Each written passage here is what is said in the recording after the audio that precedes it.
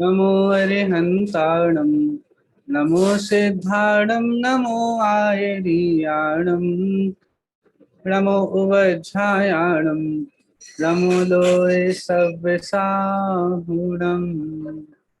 तीन भुवन में सार वीतराग विज्ञानता शिव स्वरूप शिवकार नमः त्रियोग संहार के।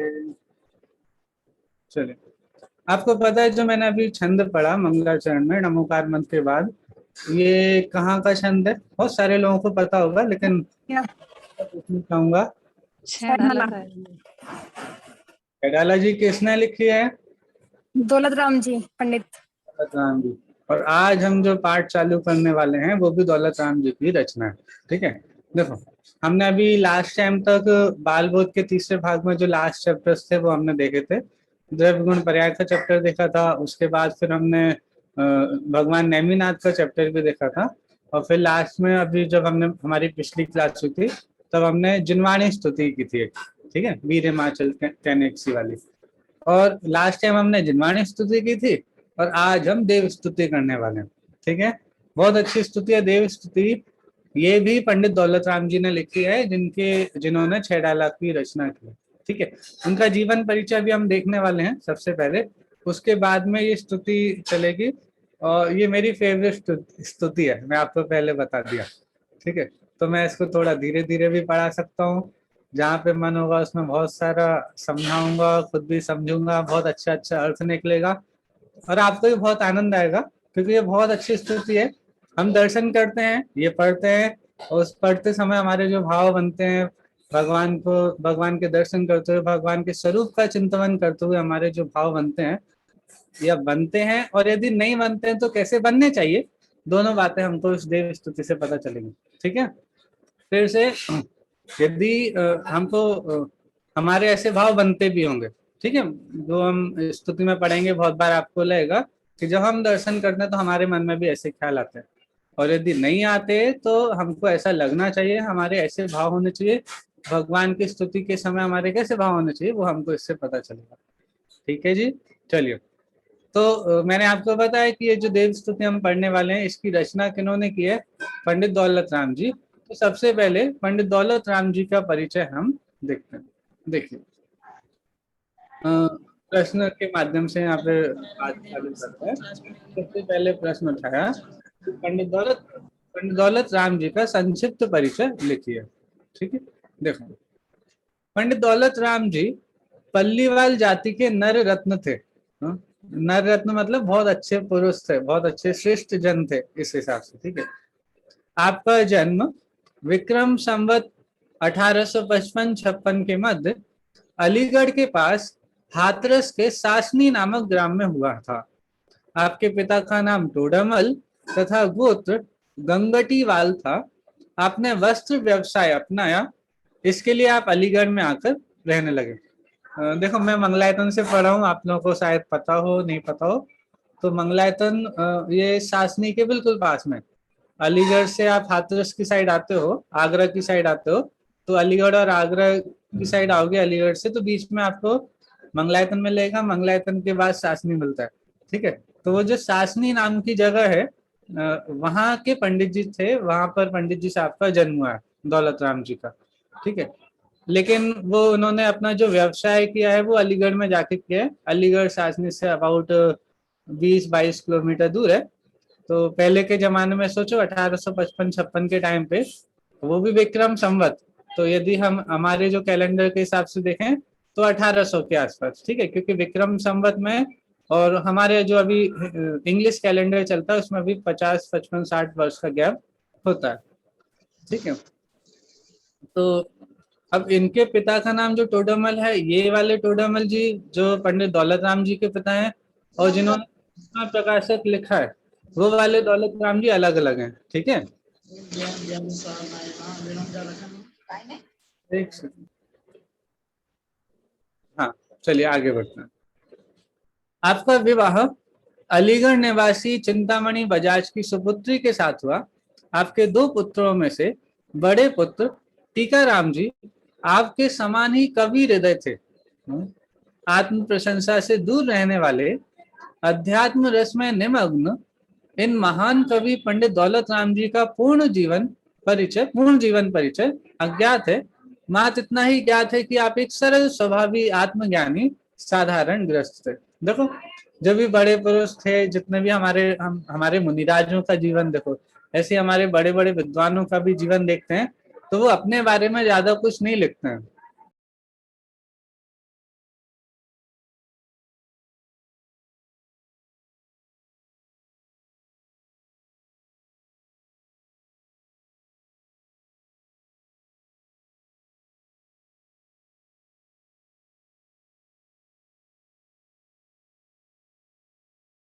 हाँ, हेलो, मेरी आवाज अभी बंद हो गई थी। हाँ, तो मैं ये बता रहा था कि हमारे जितने भी बड़े बड़े आचार्य हुए हैं, बड़े बड़े महापुरुष हुए हैं, ज्ञानी धर्मात्मा हुए, उन्होंने रचनाएं तो खूब की हैं, और अध्यात्म उनमें खूब भरा हुआ भी आपको मिलेगा, बहुत आध्यात्मिक रचनाएं भी हैं।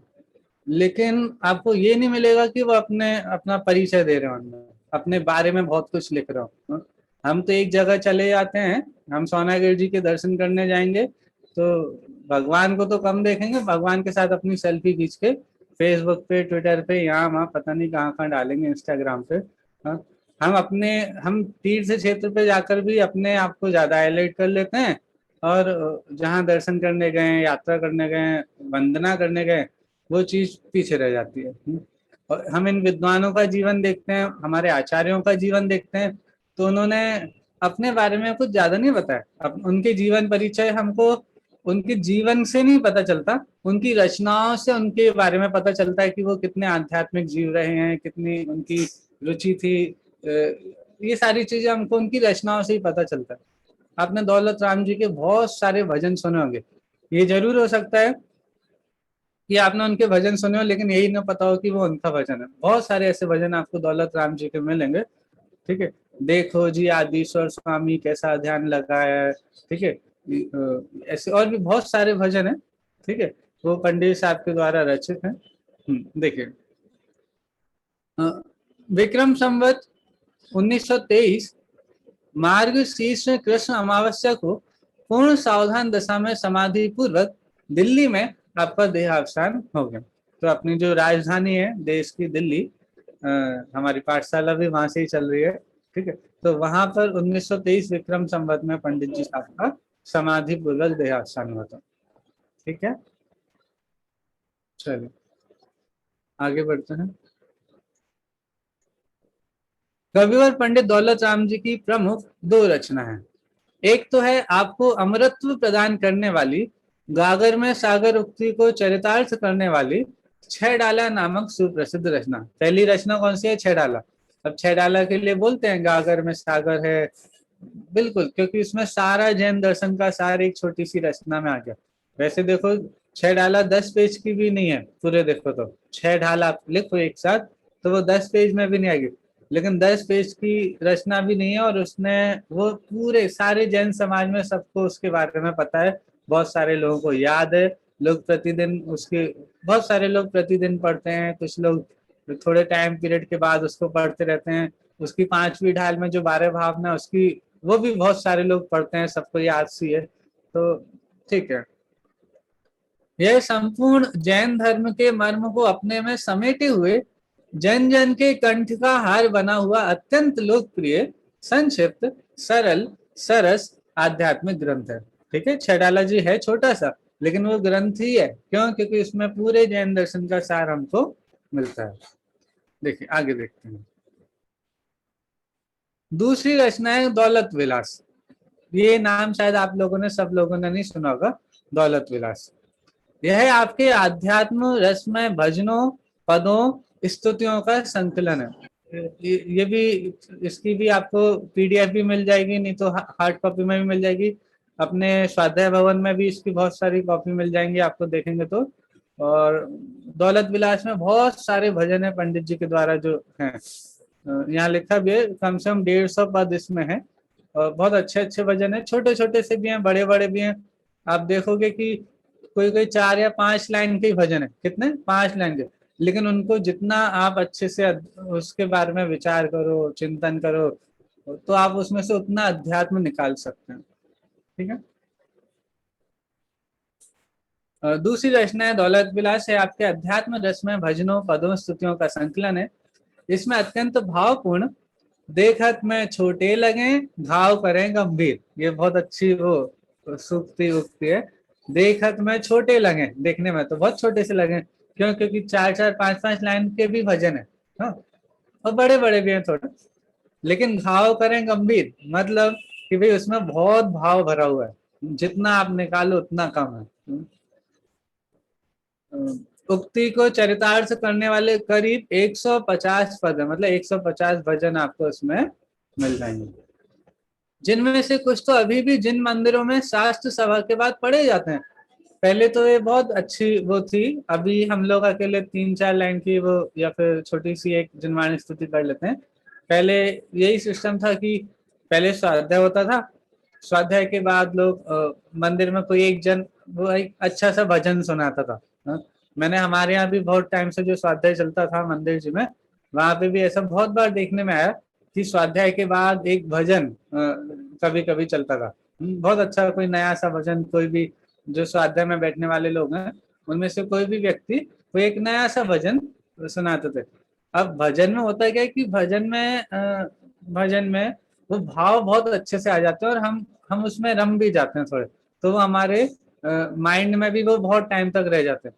भजन हो, स्तुति हो, पाठ हो, ये इसीलिए इनका हम लोग इतने पढ़ते हैं। उसका कारण ये है कि आप कोई जो क्या बोलते हैं, जैसे ये हमारे पद्य में रचना है, ठीक है, पद्य में रचना नहीं, पद्य में तो गाया जाता है। गद्य रचना जो है जैसे पढ़ा जाता है, जैसे ये हमारे जो क्वेश्चन आंसर चल रहे हैं, ये गद्य रचना है। गद्य रचना वो होती है जिसे पढ़ा जाए, और पद्य रचना वो होती है जिसे गाया जाए, ठीक है। तो पद्य रचना तो हमको याद हो जाती है, याद रह जाती है, हम गुनगुनाते रहते हैं, बार बार हमारे माइंड में चलती रहती है, तो उनका भाव हम बार बार ख्याल में ले सकते हैं। लेकिन जो गद्य रचना होती है जिनको पढ़ा जाता है, उनके बारे में हम उतना, हमारी मेमोरी में वो उतने टाइम तक नहीं रह पाए, ये हमारे बार बार वो चिंतन में नहीं आए। तो इसीलिए भजन हमारे इतने सारे कवि हुए हैं, विद्वान हुए हैं, विद्वानों ने भी वो पद गद्य में ज्यादा लिखा है, पद्य में थोड़ा कम लिखा है। हमारे आचार्यों के ग्रंथ देखो आप, तो आचार्यों के जो मूल ग्रंथ हैं वो तो सभी गद्यात्मक है, तो सॉरी पद्यात्मक है। उन्होंने गाथाओं में लिखे हैं, श्लोक लिखे हैं, कलश लिखे हैं, हाँ, और उन पे फिर बाद में टीकाएं हुई हैं जब उनका विस्तार बहुत हुआ। तो वो इसीलिए कि वो लोगों के कंठ में बैठ जाते हैं, उनको याद हो जाते हैं और याद रह जाते हैं, तो फिर वो उनका भाव भी बहुत बार बार ध्यान में ले लेते हैं, ठीक है। देखो, जिनमें से कुछ तो अभी भी जिन मंदिरों में शास्त्र सभा के बाद पढ़े जाते हैं। ये भजन मात्र भक्तिमय ही नहीं है, अपितु जैन धर्म के गूढ़ रहस्यों से ओतप्रोत है। ये थोड़ा डिफरेंस आपको आजकल दिखता भी होगा क्या?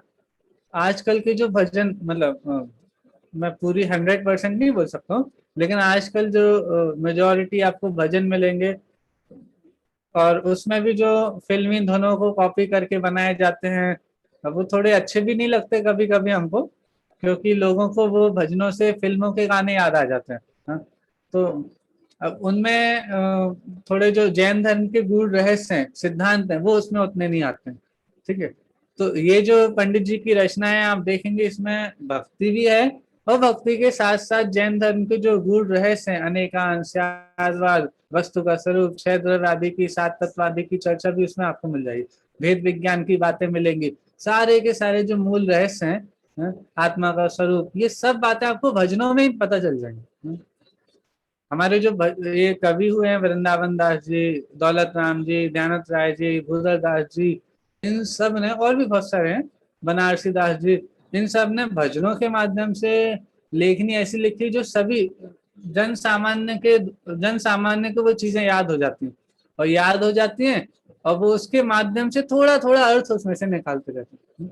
मेरी दादी अभी तो शांत हो गए हैं, लेकिन हमारी दादी को भी ये पूरी स्तुति याद थी, देव स्तुति।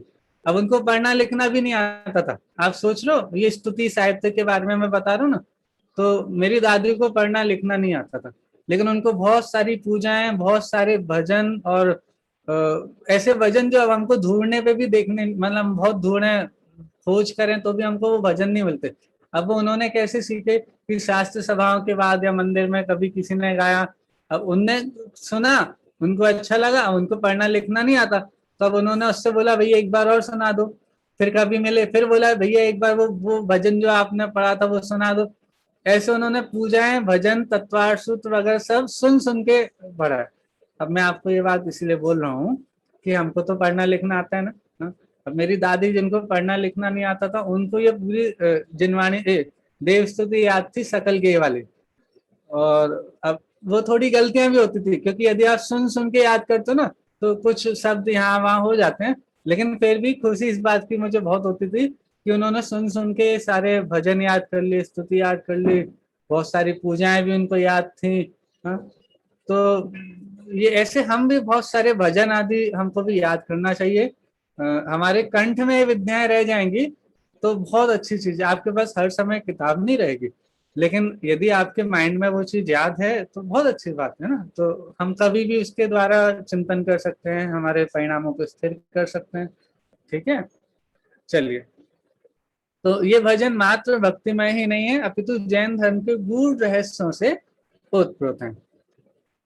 इनकी भाषा भी अत्यंत सरल, सुबोध, प्रवाहमयी तथा शब्दों की सार्थकता को सिद्ध करने वाली प्रौढ़ता युक्त है। बहुत अच्छी भाषा, बहुत अच्छे शब्द। इससे आपको एक ये भी पता चलेगा, जैसे अभी हमारा जब चालू होगा, मैं तो ये जो हमारी शुरू की 2 लाइन है इसमें पूरे जिनेन्द्र भगवान का स्वरूप कितना अच्छा बता दिया। हाँ, तो आप एक एक शब्द को भी देखोगे ना, पूरी स्तुति में एक शब्द भी है तो उसका अर्थ है। हाँ? तदपि इतना सा शब्द है तो तदपि ये जो वर्ड आएगा इसका भी बहुत बहुत बड़ा मीनिंग है। हाँ? तो उन्होंने जो एक एक शब्द लिया है वो सब सार्थक है। ऐसा नहीं है कि कोई शब्द लिया है तो उसको चलो स्पेस फिल करने के लिए लिया, ऐसा नहीं। वो एक एक शब्द का अर्थ बहुत अच्छा रहेगा, हर शब्द सार्थक है, बहुत सरल, बहुत प्रवाह में बहुत अच्छी भाषा है। इस पे भी पीएचडी लोगों ने की है।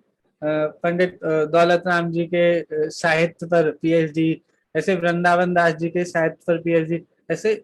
अब इससे आप सोचो कि इनके जो रचनाएं हैं उस पर लोगों ने पीएचडी की, 4-4 5-5 साल बैठ करके इनके साहित्य पे सोचा, पढ़ा, लिखा, उसके बारे में पूरी रिसर्च की, तो कितना कुछ उन्होंने दिया है हमको। हमको ये इतिहास हमारा बहुत सुंदर है, बहुत अच्छा इतिहास है, और बहुत सारी चीजें हमको बड़ी सहजता से प्राप्त हो गई हैं। अभी हमारे ऊपर है कि हम इनका कितना लाभ लेते हैं। देखिए, यही कारण है कि ये पद हिंदी गीत साहित्य के किसी भी विद्वान के समक्ष अत्यंत गौरव के साथ प्रस्तुत किए जा सकते हैं। प्रस्तुत देव स्तुति भी कविवर पंडित दौलत राम जी की एक भक्तिपूर्ण अनुपम कृति है। ये वाली लाइन में आपको बताता हूँ क्या बोला इन्होंने यहाँ पे। हिंदी साहित्य में बड़े बड़े वो हुए हैं, कवि हुए हैं, विद्वान हुए हैं, तुलसीदास जी, दौलत और भी बहुत सारे विद्वान हुए हैं जिन्होंने हिंदी गीत साहित्य में जिनको कवि के रूप में हम जानते हैं, मानते हैं। और अब जब वो कवियों के नाम लिए जाते हैं तो हम देखते हैं कि भाई हमारे जैन कवियों के नाम तो कहीं दिखाई नहीं देते। अब उसका कारण ये रहा है कि भाई हम उस फील्ड में आगे रहे नहीं, इसीलिए हम अपने कवियों को, जिन्होंने इतनी अच्छी अच्छी रचनाएं की हैं, अब साहित्य तो है उनका लेकिन हम सामने रख नहीं पाए। हाँ? अब नहीं रख पाए, लेकिन यदि हम किसी मौका बना करके ये अपने हमारे कवियों के द्वारा भी जो रचनाएं की गई हैं उनको सामने जा करके रखें, किसी भी हिंदी साहित्य के विद्वान के सामने आप रखेंगे तो, क्योंकि क्वालिटी है तो सामने वाले को मानना पड़ेगा। पक्ष व्यामोह से आप कितना उसे मतलब लोगों के मन में पक्ष रहता है, या जैनियों के प्रति थोड़ा बहुत पक्ष जो चलता आया है, थोड़ा बहुत यदि रहता है, लेकिन भाई कब तक आप उसके द्वारा ही हमारा निषेध करते रहोगे या हमें किनारे पे रखते रहोगे। हाँ? यदि चीज में दम है, क्वालिटी है, तो फिर आपको सामने उसे मानना ही पड़ेगा। ऐसे ये हमारे जो रचनाएं विद्वानों के, इतनी अच्छी रचनाएं कि आप किसी के भी सामने रखोगे अत्यंत गौरव के साथ उसको प्रस्तुत कर सकते हो। कभी आप बड़े बड़े हिंदी साहित्य के कवियों की बात चल रही हो तो आप इनका नाम भी ले सकते हो, लेकिन यदि वो स्वीकार नहीं करें तो आप उनके सामने उनकी रचनाओं को रखो। अब जब रचना सामने रखेंगे तो उनको उसकी वैल्यू अपने आप ही समझ में आएगी। ठीक है, चलिए। अब ये पूरी भूमिका हमने की जिसमें हमने पंडित जी साहब का जीवन परिचय, ये सारी चीजें देखी। अब हमारा ये जो मेन देव स्तुति है, इसका अर्थ हम देखेंगे, और बहुत अच्छा अर्थ इसमें आपको मिलेगा। हम सुबह दर्शन करने जाते हैं मंदिर के, तब भी हम इस स्तुति को पढ़ें। याद करने का सबसे अच्छा तरीका है, दो दो चार चार लाइन, बहुत सारे लोगों को याद हो भी सकती है पहले से, और यदि याद नहीं है तो सबसे अच्छा तरीका है कि आप इसको पढ़ो। दर्शन देव स्तुति है तो दर्शन करते करते इसको पढ़ो। अब इसका मतलब ये नहीं कि सिर्फ दर्शन करते टाइम ही पढ़ने है, कभी भी आप इसको शब्दों को लो, लाइनों को लो और गुनगुनाओ, पढ़ो, अर्थ निकालो, विचार करो, सोचो, हमारे परिणामों में विशुद्धि बनेगी। देखिए, देव स्तुति का अर्थ अपने शब्दों में लिखिए। उत्तर, कविवर पंडित दौलत राम जी द्वारा लिखी गई प्रस्तुत देव स्तुति में मुख्यतया 3 तथ्यों का वर्णन किया गया। पहला, सच्चे भगवान के स्वरूप का। ठीक है, पहला क्या है, सच्चे देव का क्या स्वरूप है, सच्चे भगवान का क्या स्वरूप है। ठीक है। दूसरा, अपने अनादिकालीन दुखों के मूल कारणों का, कि भैया हमारी जो संसार में हम भटक रहे हैं, परेशान हो रहे हैं, दुखी हो रहे हैं, अनादिकाल से हमारी ये दुख की संतति चल रही है। हाँ, तो ये दुख का मूल कारण क्या है। अब दुख चल रहे हैं, बीमारी चल रही है, तो बीमारी को दूर करना हो तो सबसे पहले ये तो पता करो कि बीमारी का कारण क्या है। क्यों? क्योंकि कारण पता चल जाएंगे तो कारण को दूर करेंगे तो बीमारी दूर हो जाएगी। ठीक है, इसीलिए बीमारी को या भव रोग को, संसार रूपी रोग को दूर करना है तो हमको ये पता चलना चाहिए ना कि भाई इस संसार रूपी रोग का कारण क्या है, हम जिससे दुखी हो रहे हैं, हमारा जो दुख है उस दुख का मूल कारण क्या है, तो वो पता चलना चाहिए। और तीसरी बात, उन दुखों को नष्ट करने के अंतरंग और बहिरंग उपाय क्या है। ये जो हमारा दुख चल रहा है, ठीक है, जो हमसे सहा नहीं जाता, जिससे हम भागने के लिए तैयार खड़े हैं कि भाई हमें ये दुख किस तरह दूर हो जाए, हमें बताओ तो सही। तो वो दुख को दूर करने का उपाय क्या है, अंतरंग बहिरंग जो सच्चा उपाय है वो यहाँ पे बताया जा रहा है। हम दुखी, देखो मोक्ष में प्रकाशक जी ने बहुत अच्छी तरह से विषय लिया है। यह जीव दुखी भी है, इससे दुख सहा भी नहीं जाता, तो दुख सहा नहीं जाता तो दुख को दूर करने का उपाय भी करता है, लेकिन जो उपाय कर रहा है ना वो गलत कर रहा है। क्यों? क्योंकि यदि सही उपाय कर रहा होता तो दुख दूर हो जाता। यदि आप बीमार हो तो हम, अब बीमारी में जो दुख हो रहा है वो सहा नहीं जा रहा, तो आप अपने हिसाब से कुछ ना कुछ उसका इलाज भी कर रहे हो। अब इलाज कर तो रहे हो लेकिन आपकी बीमारी दूर नहीं हो रही है। इसका मतलब क्या हुआ कि आप जो इलाज कर रहे हो वो सही नहीं है। यदि सही इलाज कर रहे होते तो इम्प्रूवमेंट या फिर आराम कुछ तो दिखना चाहिए था, लेकिन यदि इम्प्रूवमेंट भी नहीं दिख रहा है, आराम भी नहीं हो रहा, तो इसका मतलब है कि आप जो इलाज कर रहे हो वो सही नहीं। अब कोई श्री गुरु उसको मिले, ऐसे कोई वैद्य मिल गए। अब वैद्य ने जब इसको देखा और पता चला कि भाई ये बीमार है, ये जो उपाय कर रहे गलत है, बताया कि भाई तुम जो उपाय कर रहे हो वो गलत है, तब उसको फिर इच्छा हुई सही उपाय को पता करने की। अब सही उपाय को पता करने की जब इच्छा हुई, भावना हुई, तब श्री गुरु के द्वारा उसको सही उपाय बताया गया और उसने उस उपाय को फॉलो किया तो उसके दुख दूर हो गए। ऐसे ही यहाँ पे हमारे जैसे वैद्य और रोगी का उदाहरण उन्होंने लिया है, ऐसे यहाँ पर भी वही बात है कि हमारे भगवान, सच्चे भगवान, अरिहंत भगवान, जिन्होंने वीतरागी ये पूरा तत्व ज्ञान हमको परोस के दिया है, हाँ, इतना अच्छा तत्व ज्ञान दिया है, इसकी सही समझ से ही हमारे सारे दुख दूर हो जाएंगे। तो उन दुखों को दूर करने के जो अंतरंग और बहिरंग उपाय हैं उनकी चर्चा भी यहाँ पे आने वाली है। तो 3 चीजों की चर्चा आएगी, सच्चे भगवान के स्वरूप का, अपने अनादिकालीन दुखों के मूल कारण का, और उस दुख को दूर करने का क्या उपाय है। तो अंतरंग और बहिरंग दोनों उपाय की चर्चा यहाँ पे आएगी। ठीक है, कोई कुछ बोल रहा था क्या? नहीं, ठीक है, चलिए। हाँ, बलेश जी आप कुछ बोल रहे हैं क्या? ठीक है, चलिए हम आगे बढ़ते हैं। अब हमारी स्तुति चालू होती है। सबसे पहला छंद देखिए, प्रस्तुत स्तुति के प्रत्येक छंद का क्रमशः अर्थ निम्नलिखित है। ये पहली 2 लाइन बहुत अच्छी लाइन है, इसमें सच्चे देव का पूरा स्वरूप आ गया। देखो, सकल गेय गायक तदपि निजानंद रसलीन, सो जिनेन्द्र जयवंत नित अरि रज रह सुविहीन। तो बहुत अच्छी लाइन है। सकल गेय ज्ञायक तदपि। इसमें एक शिक्षा मिल गई हमको, सुखी होने का उपाय बता दिया। सकल गेय ज्ञायक तदपि निजानंद रसलीन सो जिनेन्द्र जयवंत नित अरि रज रहस विहीन। कोई मुझे बताएगा इसमें हमको क्या शिक्षा मिल रही है, बताइए। सकल गेय गायक तदपि निजानंद रसलीन। हे भगवान, आप सकल गेय के गायक हैं तो भी निजानंद में रसलीन है, तो हम अपने से कैसे कंपेयर कर सकते हैं? तो बताएंगे हमारे जो भगवान है वो सकल गेय के गायक हैं, तदपि निजानंद रसलीन है। तो हम कैसे हैं? हम सकल गेय के गायक तो नहीं है ना, तो हम कैसे हैं? अल्प गेय।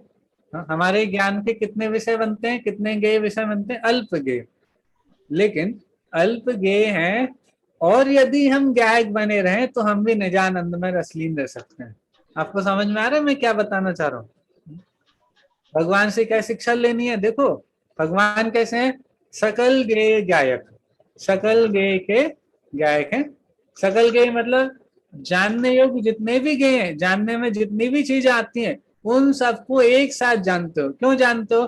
भगवान आप सर्वज्ञ हो ना, सर्वज्ञ हो, केवल ज्ञान आपके पास है, तो केवल ज्ञान के द्वारा आप समस्त गेयों को एक साथ जानते हो, सबको जानते हो। लेकिन लेकिन देखो ये है सीखने वाली बात। सब चीजों को जानते हो फिर भी निजानंद रसलीन तदपि निजानंद रसलीन।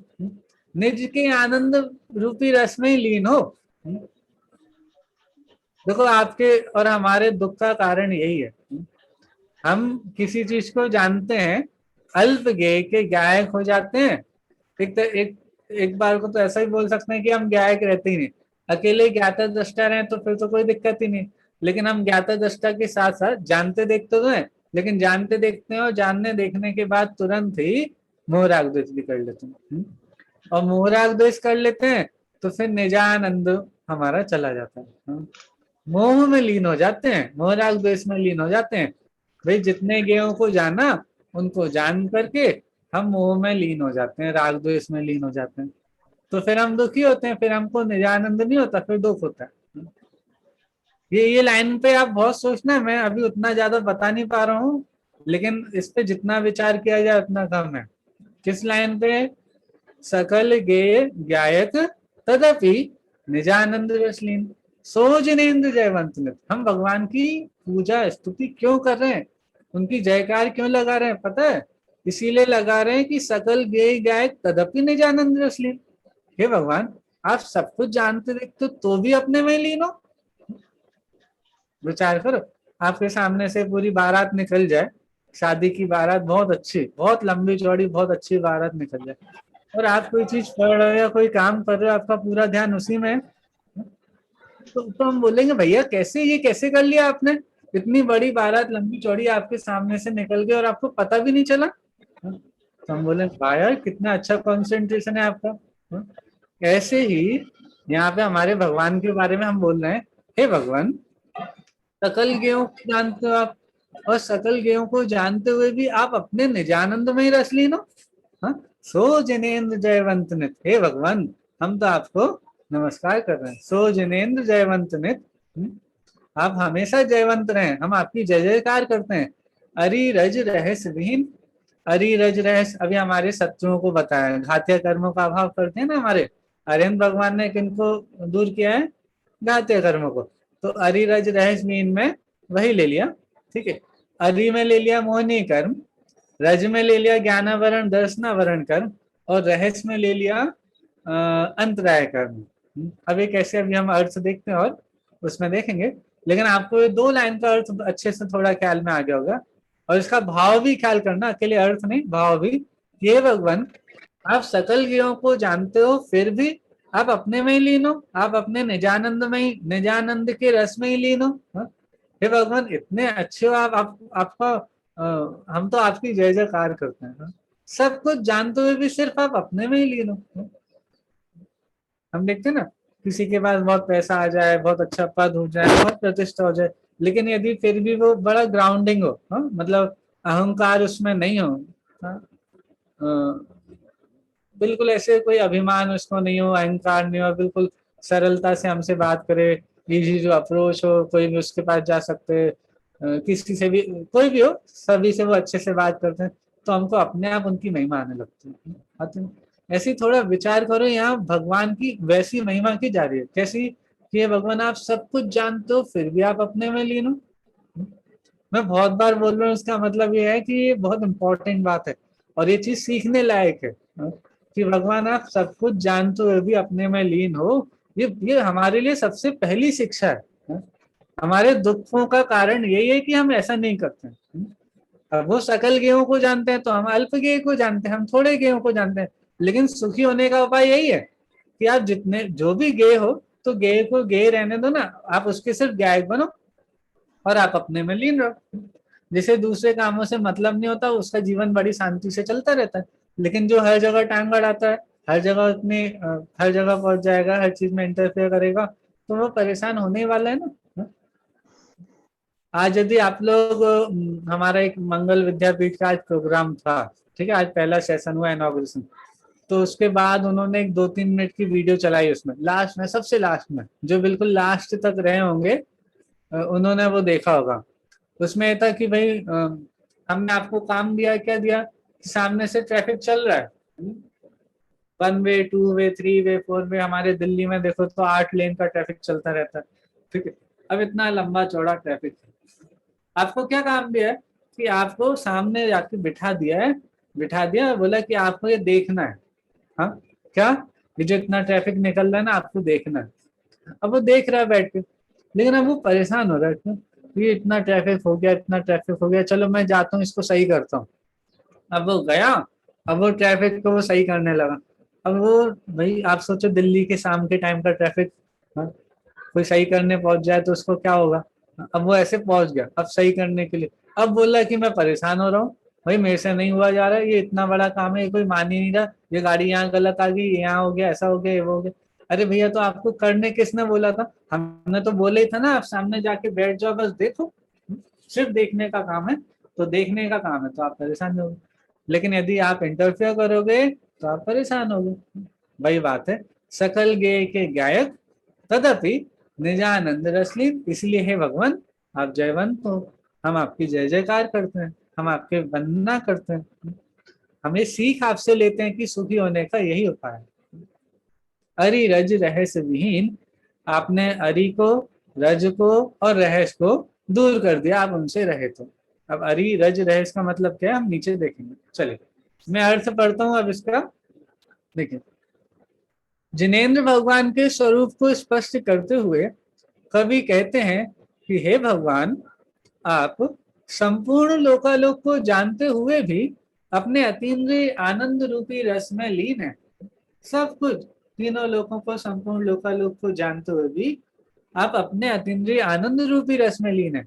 आप अरि अर्थात मोहिनी कर्म रूपी शत्रु, हमारे भगवान का नाम भी अरिहंत होता है ना, अरिहंत, तो अरिहंत मतलब, अरि मतलब शत्रु, हंत मतलब दूर कर दिया, नष्ट कर दिया, तो जिन्होंने अपने शत्रुओं को दूर कर दिया, तो शत्रु कौन है, मोहिनी आदि कर्म, मोह राग द्वेष रूपी शत्रु को, तो वो मोह राग द्वेष रूपी शत्रु किसके द्वारा होते हैं, मोहिनी कर्म के द्वारा, इसलिए अरि का अर्थ हो गया मोहिनी। रज अर्थात धूल के समान ज्ञानावरण दर्शनावरण कर्म। अब इसको धूल के समान क्यों बोला, ज्ञानावरण दर्शनावरण कर्म से, क्योंकि कहीं धूल डाल दो या आंखों में धूल आ जाती है, कहीं धूल डली हो, तो फिर हमको सामने की चीज साफ दिखाई नहीं देगी, हम आंखों में यदि धूल आ जाए तो हमको देखेगा भी नहीं, किसी चीज के ऊपर धूल चढ़ जाए तो हमको, मान लो ये है, अब इस पे धूल चढ़ जाएगी तो इसका जो ओरिजिनल फॉर्म है वो हमको दिखाई नहीं देगा, असली कलर दिखाई नहीं देगा, जैसा स्वरूप है वैसा दिखाई नहीं देगा। तो ऐसी ऐसा काम कौन कर रहे हैं कि भाई ज्ञानावर्णी और दर्शनावर्णी कर्म यही काम करते हैं। तो इसीलिए रज अर्थात धूल के समान ज्ञानावरण और दर्शनावरण कर्म, और रहस्य अर्थात अंतराय कर्म। अभी रहस्य का मतलब मुझे याद नहीं आ रहा है, पहले पढ़ा हुआ था, भी याद नहीं आ रहा रहस्य का क्या अर्थ होता है, लेकिन रहस्य के लिए इन्होंने अंतराय कर्म को लिया। तो 4 अघातिया कर्मों का नाश हमारे भगवान ने किया है, अरिहंत भगवान ने। तो मोहिनी के लिए लिया अरि, रज ले लिया ज्ञानावरण दर्शनावरण, और अंतराय कर्म के लिए लिया है रहस्य। ठीक है, और विहीन मतलब ऐसे रहते हैं। इस प्रकार चार घाती कर्मों से सदा रहित हैं, ऐसे जिनेंद्र भगवान सदा जयवंत रहे। ठीक है, तो इस प्रकार पहले छंद के माध्यम से जिनेंद्र भगवान का स्वरूप बता दिया कि वो सकल गेय को जानते हैं, चार घातीय कर्मों से रहित हैं, ऐसे उनका स्वरूप यहाँ पे बता दिया। ठीक है, सकल गेयों को जानते हुए भी अपने निजानंद में लीन रहते हैं, ये सारी बात बता करके उनको नमस्कार किया। ठीक है, पहले छंद में किसी को कोई क्वेश्चन तो नहीं है, फिर हम आगे बढ़े। नहीं, चलो ठीक है, आगे बढ़ते हैं। अब यहाँ से दूसरा छंद चालू होता है। ये अब छंद भी चेंज हो गया।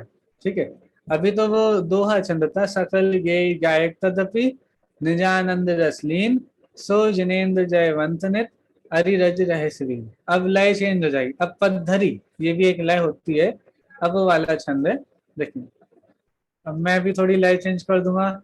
अब मुझे, मेरी इतनी अच्छी लय नहीं है, मुझे भरोसा है आप लोगों की लय और अच्छी होगी, आप लोग और अच्छे से गाते होंगे। चलिए देखते हैं। जय वीत राग वे ज्ञानपुर, जय मोहते मेरे को हरन सूर, जय ज्ञान अनंतानंत धार, जग सुख वीरज मंडित अपार। ठीक है, देखो इनका अर्थ देखते हैं। देखो, हे भगवान आप वीतराग विज्ञानता के भंडार हैं। मोह रूपी अंधकार को नष्ट करने के लिए सूर्य के समान है, मोह तिमिर को हरन सूर। आप अनंत ज्ञान, अनंत दर्शन, अनंत सुख और अनंत वीर रूप अनंत चतुष्टय से सुशोभित हैं, संपन्न हैं। आपकी जय हो, जय हो, जय हो। अभी जय कहाँ कहाँ पे आ गया? ये एक छंद में 3 पद है। पहला पद क्या है? जय वीतराग विज्ञानपुर। दूसरा, जय मोहते मेरे को हरन से, ये दूसरा था। तीसरा, जय ज्ञान अनंतानंत धार। तीनों पद में शुरू का शब्द क्या है? जय। जय है ना, जय जय वीतराग विज्ञानपुर, जय मोहते मेरे को हरन सुर। तो ऐसे भगवान की जय भी हो रही है। ठीक है, जय जयकार कर रहे हो, लेकिन किस बात पे कर रहे हो? आप भगवान की जय जयकार कर रहे हो, आप भगवान की महिमा गा रहे हो, तो आपको भगवान की ऐसी कौन सी बात अच्छी लग रही है? आपको भगवान के स्वरूप में ऐसे क्या अच्छा लग रहा है जिसके कारण आप उनकी जय कर रहे हो? तो सबसे पहला पॉइंट यहाँ इस छंद में क्या ले रहे हैं? वीतराग विज्ञानपुर। आप कैसे हैं भगवान? भगवान आप कैसे हो? भगवान आप वीतरागी हो, आप विज्ञानता के पूर्व हो। वीतराग विज्ञानता के पूर्व हो, पूर्व मतलब भंडार, भरे पूरे से। हाँ? आप वीतराग विज्ञानता से बने हो। हाँ? हमारे बहुत सारे मंगलाचरण आपको मिलेंगे। ठीक है, तीन भुवन में सार वीतराग विज्ञानता, ये वाला जो हम छैडाला जी का भी मंगलाचरण करते हैं, उसमें भी यही अर्थ मिलता है। हाँ, 3 भुवन में सार वीतराग विज्ञानता। ऐसे ही और भी मोक्ष प्रकाशक जी के मंगलाचरण में भी वीतराग विज्ञानता को नमस्कार किया। ऐसे यहाँ पे भी भगवान की वीतराग विज्ञानता को नमस्कार किया। विचार करना, यदि हम भगवान के इन गुणों को नहीं पहचानते तो हम भगवान को ही नहीं पहचानते। विचार करना, आपने यदि भगवान का इसके अलावा कोई और स्वरूप विचार कर रहे हो, वीतरागी नहीं मान रहे हो, उनसे कोई अपेक्षाएं आपको है, आप अपनी कुछ इच्छाओं की पूर्ति उनसे चाहते हो, तो भैया आप अभी हमारे भगवान को जानते नहीं हो, आप सच्चे देव का स्वरूप नहीं जानते। सच्चे देव तो वीतरागी होते हैं। वीतरागी होते हैं, विज्ञानता के पूर्ण हैं, विशेष ज्ञान। विशेष ज्ञान मतलब केवल ज्ञान लेना आप। ठीक है, और मोह तिमिर को हरन सुर। मोह रूपी अंधकार जो है ना, उसको हरने के लिए आप सूर्य के समान हो, सूरज के समान हो। हे भगवान, आपने अपना मोह रूपी अंधकार तो दूर कर ही लिया है। विचार करना, भगवान तो मोह को नष्ट करके ही भगवान हुए, उन्होंने तो अपना मोह तो पूरा दूर कर लिया। क्यों? प्रत्यक्ष भगवान का मोह बाकी है या पूरा मोह खत्म हो गया? खत्म हो गया है। खत्म हो गया है। तो फिर ये भगवान के लिए बात है या हमारे लिए बात है कि ये भगवान आप हमारे मोह को दूर करने के लिए सूर्य के समान हो। वो हमारे लिए। चलो प्रत्यक्ष एक बात और बताओ, आपने वो देव स्तुति तो याद होगी आपको, वो वाली दर्शनम देव देवस्य याद है, संस्कृत वाली। उसमें भी एक कुछ छंद आता है ना जिसमें सूर्य से कंपेयर किया है भगवान को। कौन सा छंद है बताइए? दर्शनम जिन सूर्य से आगे दर्शनम आगे आगे पूरा। दर्शनम जिन सूर्य से दर्शनम पापनाशनम। नहीं नहीं नहीं नहीं, ये तो आपने पहली लाइन, दर्शनम देव देवस्य दर्शनम पापनाशनम दर्शनम स्वर्ग सोपानम दर्शनम मोक्षधामम। पहले आगे की याद है। नहीं, ये भी आपको याद है, अभी याद नहीं आ रही, थोड़ा सोचो। चलो हम आपको 2 मिनट का टाइम दे रहे हैं, ठीक है। आप मुझे बताना कि दर्शनम जिन सूर्य से संसार ध्वांत, याद आ रहा है? तुरंत नाशनम। आगे चलो थोड़ा हम आपको 1 मिनट का टाइम दे रहे हैं, आप मुझे सोच के बताओ, ठीक है। तो देखो मैं आपको क्या बात बता रहा था कि भगवान ने मोह का नाश तो स्वयं के लिए पूरा कर ही लिया है, लेकिन हमारे मोह का नाश करने के लिए भी भगवान सूर्य के समान है। अब देखो ये लाइन आपको, जिन्होंने प्रवचन सार जी की 80वीं गाथा पढ़ी होगी वो याद आ जाएगी कि जो अनंत भगवान को द्रव्य पने गुण पने पर्याय पने जानता है उसका मोह अवश्य नाश को प्राप्त हो। हाँ, वो लाइन है। आप देखना हमारे जो विद्वान है इन्होंने जो मूल आगम है, हमारे आचार्यों के जो ग्रंथ हैं, उन आचार्यों के ग्रंथों की गाथाओं को बिल्कुल आसान सरल सरल शब्दों में हमारे सामने रख दिया। हर कोई बड़े बड़े ग्रंथों का अध्ययन नहीं कर पाता है, लेकिन ये स्तुति पाठ ये तो सब लोग पढ़ते हैं। अब ये पढ़ते हैं और इसके माध्यम से वो आचार्यों की बात को ही पढ़ रहे हैं। ये इतना बड़ा उपकार किया है विद्वानों ने हमारे ऊपर। यह मोह ते मेरे को हरण सूर, हे भगवान हमारे मोह रूपी अंधकार को नाश करने के लिए तो आप सूर्य के समान हो। और आप कैसे हो? आप ज्ञान अनंतानंत धारा। कितना ज्ञान है भगवान को? अनंत अनंत ज्ञान। अनंत अनंत अनंत ज्ञान मतलब, अब देखो आपको पता है एक बात, आप जब हमारे जैन दर्शन का जब संख्यामान पढ़ोगे, संख्यामान मतलब हमारे जैन दर्शन की गणित मैथ्स, आपके स्कूल की मैथ्स आप पढ़ते हो तो कितना पढ़ते हो? 1, 10, 100, 1000, 10,000, लाख, 10 लाख, करोड़, 10 करोड़, उसके बाद क्या है मुझे भी नहीं पता, ठीक है। होगा कुछ करोड़ के बाद में क्या आता है, जो भी मिलियन बिलियन जो भी आता है। हमारे यहाँ पे अनंत आता है, अनंत, संख्यात असंख्यात अनंत। लेकिन यहाँ तो ले लिया अनंत अनंत। पता है आपको ये जो विश्व में भगवान जितनी सारी चीजें जानते हैं वो अनंत है। एक मिनट,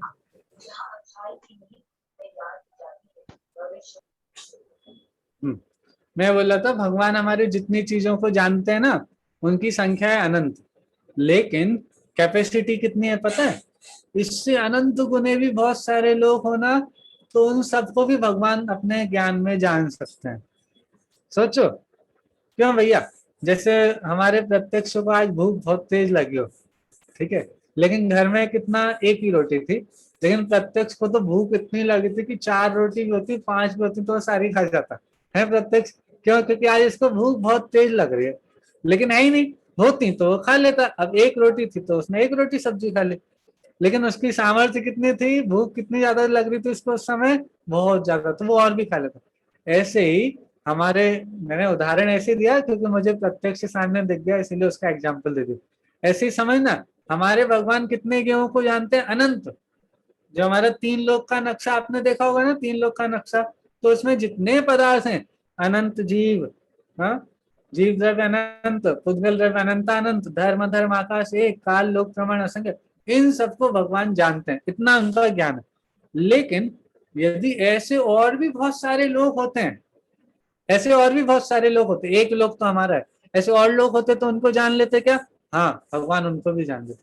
क्यों? क्योंकि भगवान का ज्ञान अनंत अनंत है, अनंत अनंत ज्ञान है। ऐसे ही दर्शन भी अनंत है, सुख भी अनंत है, वीर भी अनंत है। 4 अनंत चतुष्टय प्रकट हो गए ना भगवान के, अनंत दर्शन, अनंत ज्ञान, अनंत सुख और अनंत वीर। ऐसे 4 अनंत चतुष्टय, अनंत चतुष्टय से भगवान सुशोभित हैं, उनसे मंडित हैं, और कैसे हैं? अपार, उसका कोई पार प्राप्त होने वाला नहीं है, मतलब अनंत। देखो मेरे यहाँ से लाइट चली गई है, तो आप मेरा बस ऐसे ही चेहरा देख पाओगे लैपटॉप के सामने जितनी रोशनी आ रही है, ठीक है। चलो, तो हमारे भगवान कैसे हैं? अनंत चतुष्टय के धारी हैं, अनंत दर्शन, अनंत ज्ञान, अनंत सुख और अनंत वीर्य के धारी हैं। और कैसे हैं भगवान? उनके वो सूर्य के समान है। कैसे सूर्य? जो हमारे मोह रूपी अंधकार को दूर करने में समर्थ है। और कैसे है भगवान? कि वीतराग विज्ञानता के भंडार है, ठीक है। तो इस छंद में हमने भगवान की स्तुति कैसे की, कैसे उनकी जय जयकार की, कि भगवान वीतराग विज्ञानता के धारी हैं, भगवान सूर्य के समान है हमारे मोह रूपी अंधकार को दूर करने के लिए, और भगवान अनंत चतुष्टय के धारी हैं, ठीक है। अब देखो, अब बहुत अच्छा छंद आ रहा है एक और। सारे अच्छे हैं वैसे तो, लेकिन वो हर बार मुझे उतना अच्छा लगता है इसलिए मैं बोलता हूँ। देखो, जय परम शांत मुद्रा समेत, भवजन को निज अनुभूति हेत, भवि भागन वच जोगे वशाय, तुम धुनि है सुनि वे भ्रम नशाय। देखो, बहुत अच्छा छंद है। भगवान की मुद्रा कैसी है? परम शांत मुद्रा। हमारी मुद्रा कैसी बनती है पता है? हम जब राग द्वेष में होते हैं, हमको जब क्रोध आता है, गुस्सा आता है, कैसे हम चेहरे बनाते हैं, कैसे गुस्सा हमको आता है, हाँ? लेकिन भगवान कैसे हैं? परम शांत मुद्रा। क्यों है परम शांत मुद्रा? क्योंकि उनके कोई कषाय बाकी नहीं है, कोई राग नहीं है, कोई द्वेष नहीं है, क्रोध मान माया लोभ मोह सब मतलब सारी चीजें दूर हो गई हैं। तो भगवान की मुद्रा से भी वो बात पता चल रही है। कैसे? भगवान की मुद्रा से भी हमको बिल्कुल परम शांति की अनुभूति होती है। भजन याद होगा ना आपको?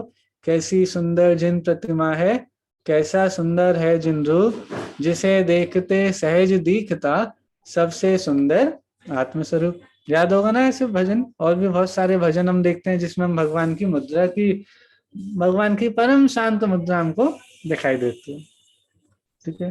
प्रत्यक्ष वो याद आया आपको?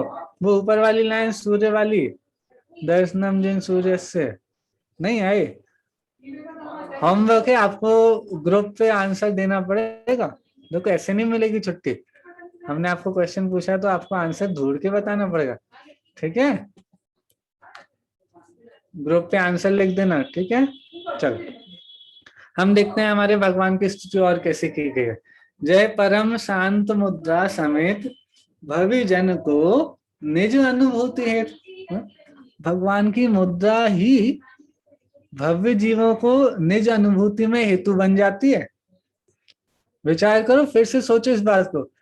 भगवान की मुद्रा भव्य जीवों को अनुभूति में हेतु बन जाती है। अपने आत्मा का ज्ञान कराने के लिए, अपनी आत्मा की अनुभूति करने के लिए भगवान की मुद्रा पर्याप्त है।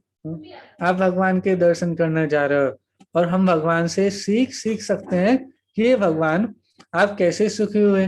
तो भगवान की मुद्रा देखेंगे हम, तो भगवान अपनी मुद्रा से बता रहे हैं कि हमने अपने आप को देखा, अपने आप में लीन हुए, आत्मा की आराधना की है, और उस आत्मा की आराधना से ही हम ऐसे सुखी हो गए। तो ये उनकी मुद्रा से भी भव्य जीव सीख जाता है। भव्य जीव भगवान की मुद्रा से ही निज अनुभूति कर लेते हैं। मुद्रा को देख करके शिक्षा ले लेते हैं कि अनुभूति कैसे करनी है। तो भगवान की परम शांत मुद्रा से भव्य जीव अपनी आत्मा की अनुभूति में उसको कारण बना लेते हैं। और देखो, बहुत अच्छी लाइन है, भवि भागन वच जोगे वशाय, तुम धुनिये सुनी वे भ्रम नशाय। भव्य जीवों के भाग्य से आपकी दिव्य ध्वनि खिलती है। समोसण में जीव जाते हैं, समोसण में जीव जाते हैं, वहां भगवान की दिव्य ध्वनि खिलती है ना। तो भगवान की दिव्य ध्वनि खिलती है, तो उसमें कारण क्या दिया कि भैया भगवान को तो इच्छा होती नहीं बोलने की। क्या भगवान को बोलने की इच्छा होती है क्या? भगवान इच्छा पूर्वक बोलते हैं क्या? नहीं। नहीं। तो भगवान इच्छा पूर्वक नहीं बोलते हैं, फिर बोलते हैं या नहीं बोलते हैं? चलो, इच्छा पूर्वक नहीं बोलते हैं, लेकिन बोलते तो है ना। उनके भव्य जीवों के पुण्य से खिरती है वाणी। हाँ, प्रत्यक्ष आप क्या बोल रहे हो? और उनके सर्वांग से खिलती है वाणी। सर्वांग से खिलती है, लेकिन हो तो गई ना, भगवान की वाणी कहलाएगी ना। वो तो वाणी तो भगवान की कहलाएगी, पर वो अपने आप खिलती है। अपने आप खिलती है, लेकिन है तो भगवान की ना।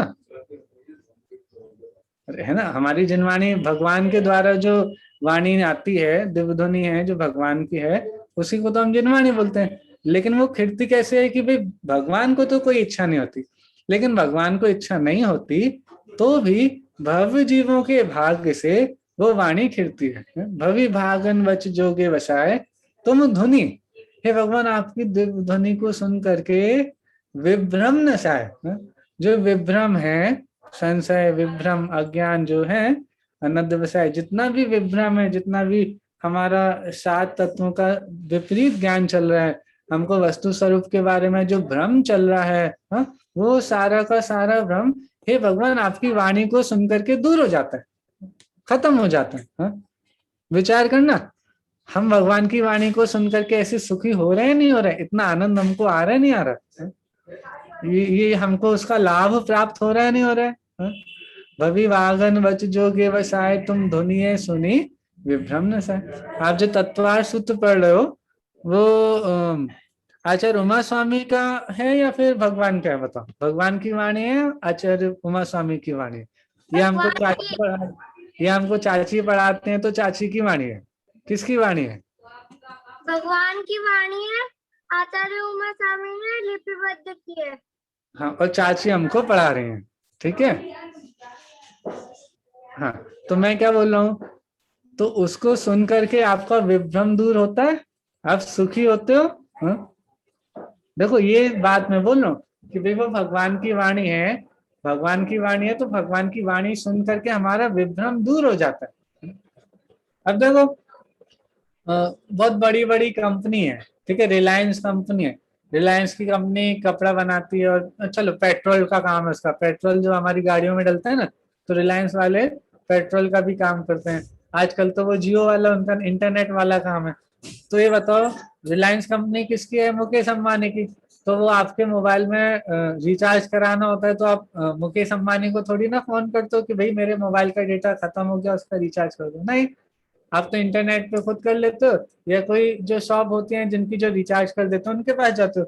लेकिन कोई भी कर रहा हो, लेकिन है किसका वो, किसके द्वारा मिल रही है हमको? रिलायंस कंपनी के द्वारा। ऐसे ही ये जो भगवान की वाणी है, जो दिव्य ध्वनि है, अब हमको सीधे सीधे दिव्य ध्वनि नहीं मिल पा रही ना, भगवान की सीधे दिव्य ध्वनि नहीं मिल रही, तो सीधे नहीं मिल रही है, लेकिन आचार्यों के माध्यम से, ज्ञानियों के माध्यम से जो हमको मिल रही है वो है किसकी? है तो भगवान की, है ना। वीर हिमाचल तैन्य किसी, गुरु गौतम के मुख कुंड धरी, है। भगवान महावीर के हिमालय से जो निकल करके आए, फिर गौतम गर्दन ने जिसको धारण किया, फिर आचार्यों की परंपरा से जो हमको प्राप्त हुई, लेकिन वो है किसकी? भगवान की। तो ऐसे ही हे भगवान आपकी जो मुद्रा है वो भी बहुत उत्कृष्ट है, और आपकी जो वाणी है जो भव्य जीवों के माध्यम से खिरी थी, दिव्य ध्वनि भी भव्य जीवों के माध्यम से खिरी थी, और ये जो हमको ग्रंथ मिले हैं ना, समय सार, प्रवचन सार, अष्टपाव, द्रव्य संग्रह, मोक्ष प्रकाशक आदि जो ग्रंथ हैं, सारे के सारे ग्रंथ भी हमारे भाग्य से हमको मिले, ठीक है। और उनको सुनेंगे, पढ़ेंगे, वाणी होती तो सीधे सुनते, अब जो लिखित शास्त्र तो वो पढ़ेंगे, तो वो ध्वनि भी हो गई, और सामने शास्त्र तो वो भी ले लेना, उनको सुन करके और उनको पढ़ करके हमारा विभ्रम दूर होगा, ठीक है। तुम दुनिया सुनी विभ्रम न से, ठीक है। चलिए हम इसका अर्थ भी पढ़ लेते हैं। हे भगवान आप परम, आपकी अकेले शांत मुद्रा नहीं, आपकी मुद्रा अकेले शांत नहीं है, परम शांत है, आप परम उत्कृष्ट शांत, उत्कृष्टतम शांत मुद्रा से सहित है, जो भव्य जीवों को आत्मानुभूति में कारण होती है। अर्थात आपकी परम शांत मुद्रा को देखकर भव्य जीवों को आत्म स्वरूप में लीन रहने की भावना जागृत होती है। देखो ये है सच्चे दर्शन। हम भगवान के दर्शन करते हैं ना, तो भगवान के दर्शन कैसे होने चाहिए हमारे? ऐसे, कैसे कि भगवान के दर्शन करके, भगवान की मुद्रा को देख करके हमको क्या सीखना है कि आत्म स्वरूप में लीन रहने की भावना हमारे अंदर जागृत हो जाए कि भगवान जैसे आप आत्म स्वरूप में लीन होना, यही तो सुखी होने का मार्ग है।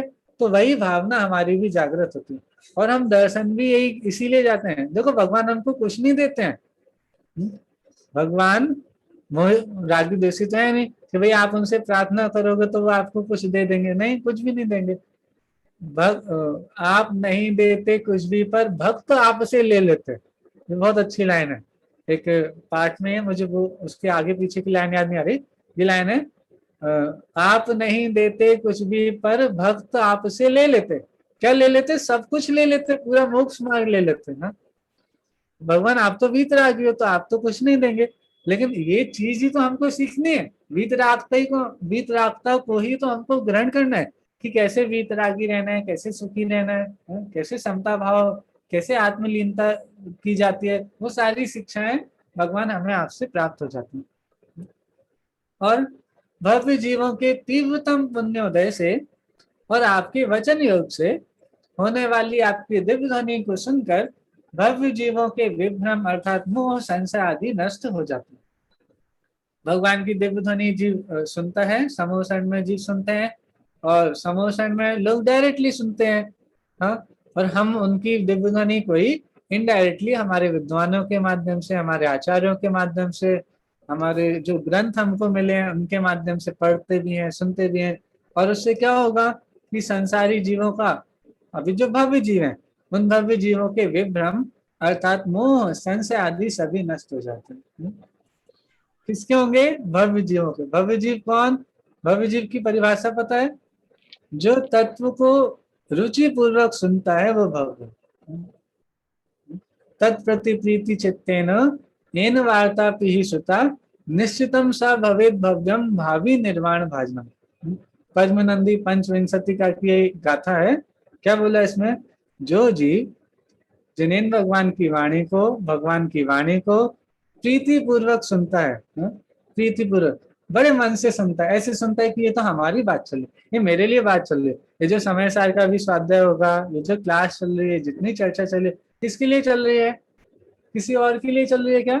सारे उस्मान पर वाले जो हमारे लोग हैं उन सबके लिए चल रहे हैं? नहीं, सबके लिए नहीं। ये विचार करो कि ये मेरे लिए चल रही है। और प्रीति पूर्वक जिस बात को सुनता है वो निश्चित ही भव्य है, और वो थोड़े ही समय में निर्वाण को प्राप्त करने वाला।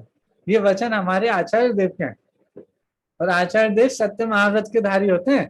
तो यदि आपको ऐसा लगता है कि आप भव्य हैं या नहीं है, तो कैसे चेक करना? बस इतना सा चेक करो कि आप तत्व की बात को, स्वाध्याय की बात को, जिनवाणी की बात को प्रीति पूर्वक सुनते हो या नहीं सुनते हो। आपको वो सुनने में आनंद आता है नहीं आता है, अच्छा लगता है नहीं लगता है? यदि अच्छा लगता है तो आचार्य देव बोल रहे हैं निश्चितम सा भवेत भव्यम भावी निर्वाण भाजनम। वो निश्चित ही भव्य है। ऐसा सत्य महाव्रत के धारी हमारे दिगंबर वीतरागी मुनिराज बोल रहे हैं कि जो तत्व की बात को प्रीति पूर्वक सुनता है वो निश्चित ही भव्य है, और भावी निर्वाण भाजनम, वो थोड़े ही टाइम में सिद्ध बनने वाला है, निर्वाण की प्राप्ति करने वाला है। हम भी भगवान की दर्शन पूजन आदि के माध्यम से भी ये सही तत्व ज्ञान को प्राप्त करें, संशय मोह विभ्रम आदि को दूर करें, और बहुत अच्छी अच्छी सारी शिक्षाएं हम उनके माध्यम से लें। कल भी बहुत, अगले बार भी बहुत अच्छी चर्चा आने वाली है। तुम गुण चिंतत निज पर विवेक प्रगटे विगुटे आपदने की सारी चर्चा धीरे धीरे आएंगी, हम करेंगे। आज हमने जितना पढ़ा उतना आप सभी लोग प्रतिदिन जैसे दर्शन आदि करते हैं तो उसके साथ भी इन चीजों को पढ़ें, स्तुति पाठ आदि को पढ़ें, पढ़ते समय का अर्थ ही विचार करें। की बात पूरी करते हैं, जिनवाणी स्तुति करते वाणी के ज्ञानते मिलो कालो सो वाणी मस्तक नमो सदा देत नमो सिद्धाणम नमो नमो झाणम नमो जैन